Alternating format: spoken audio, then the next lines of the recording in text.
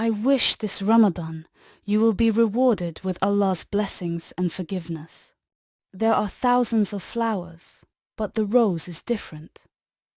There are millions of people, but a friend is different from all people. There are billions of months, but this month is different. May the arrival of Ramadan bring happiness to you and your loved ones. Have a blessed Ramadan. May Allah always make you and your family among those who compete in goodness, and may surround you with togetherness, joy, and happiness.